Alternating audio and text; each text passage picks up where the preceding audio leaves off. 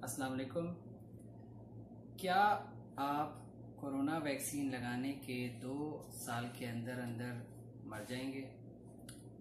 ये एक सवाल है जिसका जवाब काफ़ी सारे लोग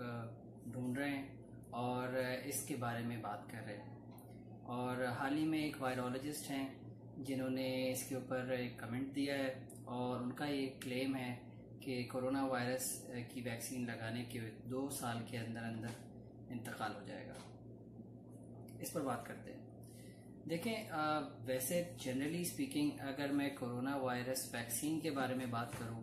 तो सेफ्टी प्रोफाइल अभी भी अंडर ऑब्जर्वेशन है। जब भी हम कोई वैक्सीनेशन कम्युनिटी के अंदर स्प्रेड आउट करते हैं, उसका लगाना शुरू करते हैं,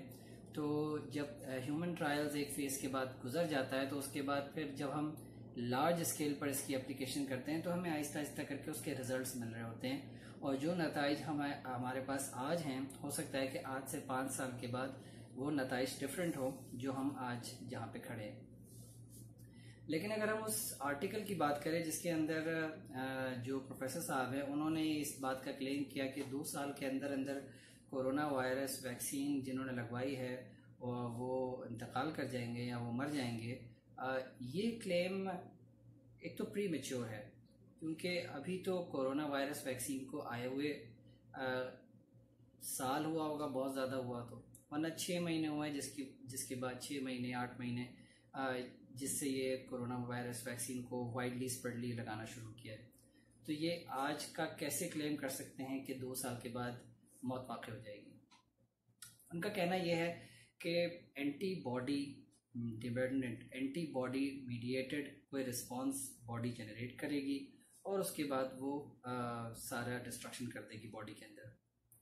साइंटिफिकली हमें ये पता है कि कुछ डिजीज़ेस होती हैं जिनमें ऐसी सलाहियत होती है कि वो एंटीबॉडीज़ बना लेती हैं, जिनको हम ऑटो एंटीबॉडी डिजीज़ेस कहते हैं। लेकिन जब वो ऑटो एंटीबॉडीज़ बन जाती हैं जिस्म के ख़िलाफ़, यानी वो एंटीबॉडीज़ जो जिस्म के अपने ही खुलियों को डिस्ट्रॉय करना शुरू कर दें, उनको ऑटो एंटीबॉडी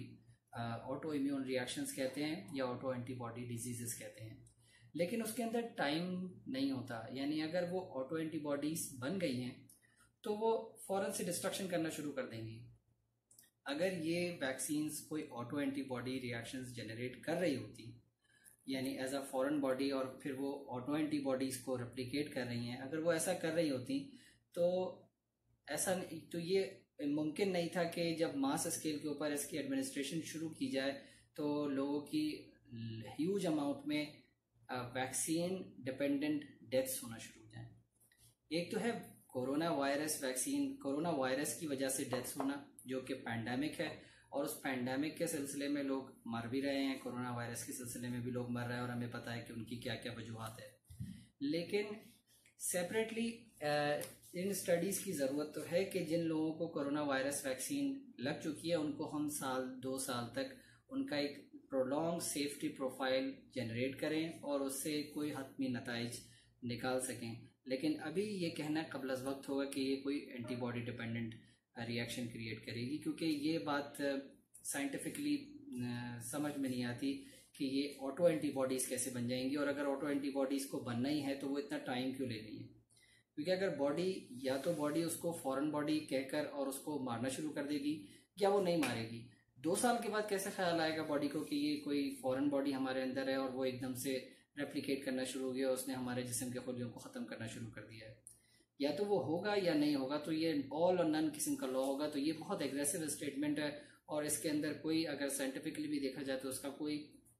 प्रूफ नहीं मिलता, नंबर 1। नंबर 2, उनका क्लेम यह है कि ये जब वैक्सीन उन्होंने क्रिएट करना शुरू की उसके बाद से वेरिएंट्स आना शुरू हो गए। हालांकि ऐसा नहीं है,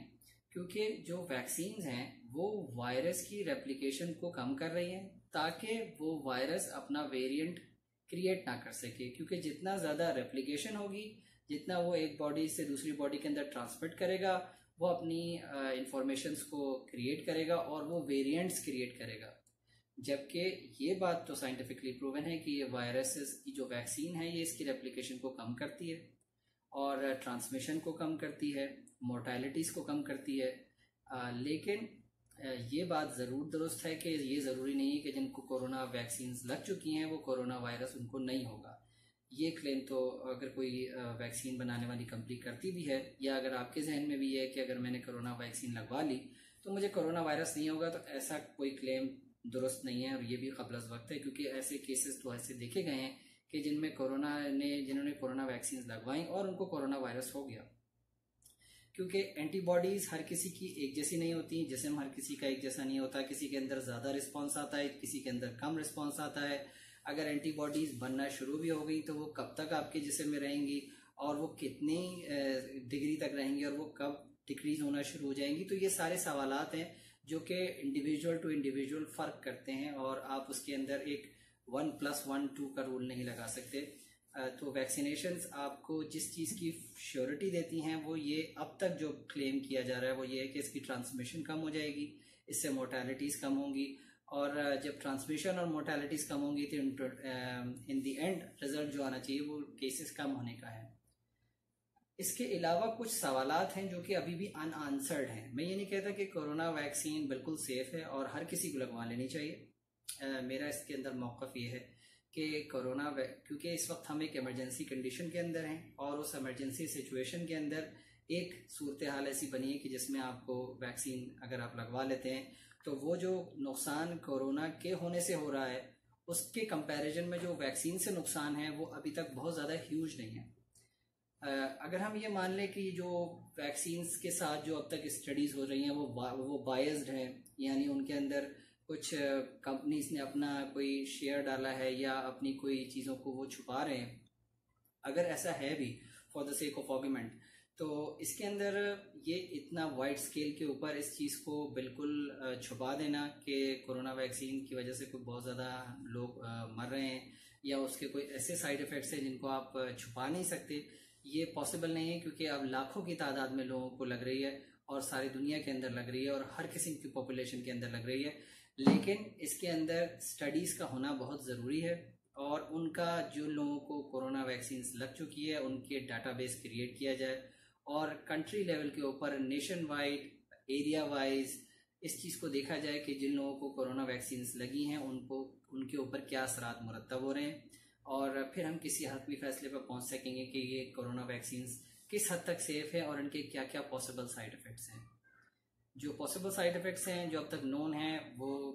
किस एस्ट्राजेनेका वैक्सीन है, जैसे उसमें क्लॉटिंग के कुछ फैक्टर्स आए हैं लेकिन वो बहुत लो है, उनका रेट बहुत लो है और यूरोपियन पॉपुलेशंस के अंदर है, लेकिन बहरहाल वो है एक इफ़ेक्ट। इसी तरीके से बुखार हो जाना, माइल्जियाज होना, जिस्म में दर्द होना, थकावट महसूस होना, कोरोना का रीएक्टिवेशन भी हो जाना, ये भी कुछ केसेस के अंदर आया है। लेकिन इसमें भी आप इतनी यकीन से नहीं कह सकते कि ये वैक्सीन की वजह से रीएक्टिवेट हुआ है या पेशेंट जो है वो उसको कहीं से एक्वायर किया उसने कोरोना वायरस को। तो ये सारे सवालात हैं जिनका हमें जवाब ढूंढना है और ज़ाहिर बात है अभी तो ये स्टेज बहुत इनिशियल स्टेजेस के अंदर है और हमें इसको देखना पड़ेगा कि ये कब तक रहती है। तो जब तक कि हमें इन सारी सेफ्टी प्रोफाइल्स का पता ना लगे और जो हमें वेज प्रोज एंड कॉन्स हैं उनको हमें वे करके फिजिशियन से कंसल्ट करके अपनी जहाँ पर आपकी सेटिस्फैक्शन हो रही है उसको मद्देनज़र रखते हुए कोरोना वैक्सीन की तरफ जाइए, और अगर आपका लगवाने की तरफ रुझान होता है तो लगवा लीजिए और अगर नहीं लगवाने की तरफ रुझान होता तो ये आपकी मर्ज़ी है। अस्सलाम वालेकुम।